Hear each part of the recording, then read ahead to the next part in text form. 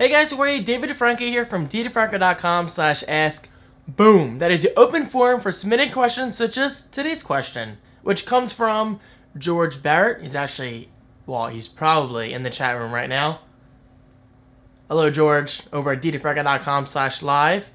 Hopefully I didn't just wave to no one. That would be kind of pathetic. Anyway, George asks an excellent question. I know I always say that. Someone pointed that out the other day, but they are excellent questions. I mean, I like to believe that I only pick the best questions that fit my videos in, well, the best way possible. Anyway, getting to it, George says, "Hi David, I returned for another question that hopefully won't be as controversial as my last one. It had to do with the Xbox One. We just finished watching the Sony conference at E3 and they announced many awesome things. Good exclusives, zero DRM, and awesome price. What do you think is the biggest selling point at this moment for the PS4? What a great year it is for gaming, George." And he's over at twitter.com/BarrettG93. I will link him right below. Okay, so George, you asked an excellent question.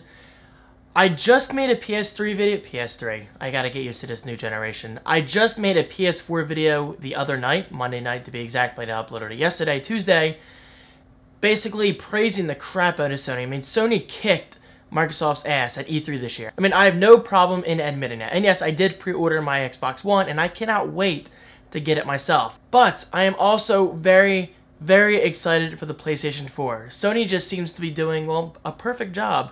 And I rarely use the word perfect. However, what do I feel is the biggest selling point for the market in general? Well, first of all, I gotta say DRM is not an issue for me, but the fact that Sony is advertising this so proudly, I think that's the biggest selling point right there. I mean, I've seen non-techie gamers, non-hardcore gamers, I don't like using labels because I don't believe in labels, I believe people just make things up to make themselves feel better. That's just me. But still, I honestly believe that the zero DRM thing and the whole you can play used games and rent games and everything, I think that is the biggest selling point for the PS4. Because like I was just saying, I've even seen non-techie people say that they're going for the PS4 mainly because of the whole zero DRM thing. I mean, it is that big of a deal. Alright, so I may be a huge Xbox One fan. I know it's not even out yet, but I'm a huge Xbox One praiser. I mean, I have a lot of faith in it. I have no problem in admitting this. Microsoft, you have some serious work to do. I don't know if you're going to backpedal and change your mind or just change your policy here and there to make it that much better than it already is, but you got to do something. I mean, you got to do something. Trust me, I mean this as a passionate gamer. I want Microsoft to succeed. I have to see the Xbox One succeed. I mean, the first Xbox was great. The Xbox 360 was just huge. I mean, they're still selling like crazy as far as I know.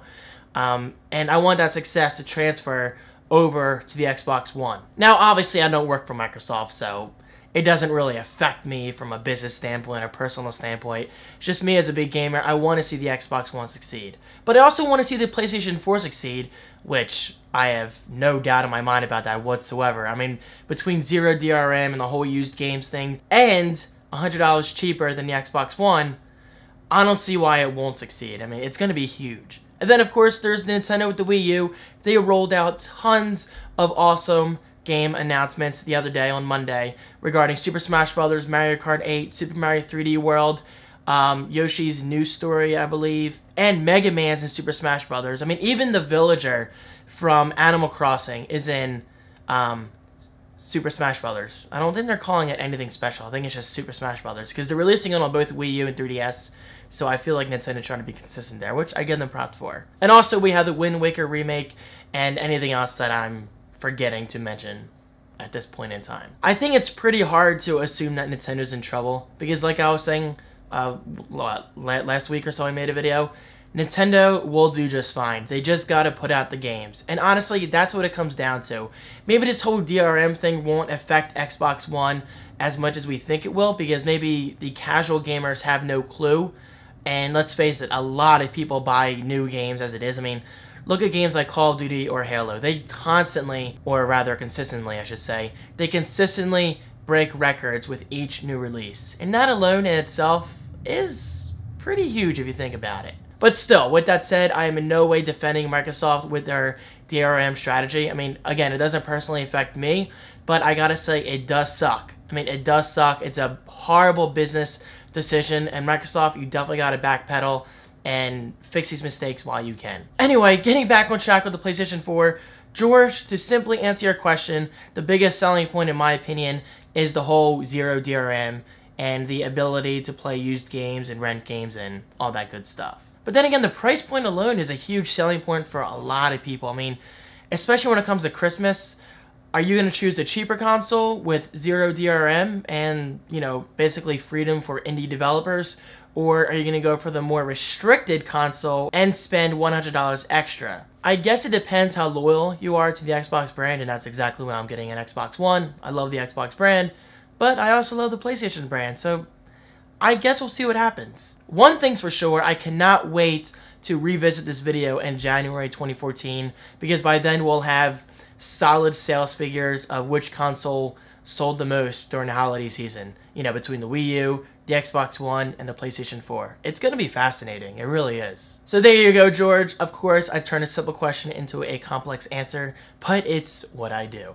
Also, guys, do not forget to follow George on Twitter. His link is right below. He really appreciates it, and I really appreciate your support that you're showing not only me, but the people who submit these questions over at ddfranco.com/ask. And now, guys, since today is an Ask a Question video, that means you do get another free audiobook over at ddfranco.com/audible or audibletrial.com/thecreativeone. The appropriate link is right below. Sign up for free and search for this. I've never, ever even talked about this in my videos, I believe. Game of Thrones, A Song of Ice and Fire, Book 1. Normally worth $31.50. You can get this for completely free. Now, why the heck am I promoting Game of Thrones? Well, honestly, I don't watch Game of Thrones, but I've heard it's downright amazing. Something huge just went down at the end of this season. I'm not going to post any spoilers. I mean, I know the general stuff. I don't want to say anything just in case I spoil the plot for anyone. But believe me when I say there are tons of Game of Thrones fans out there. I mean, it's huge. People love it that much. Unfortunately, I've never even checked it out in terms of the TV show or the book.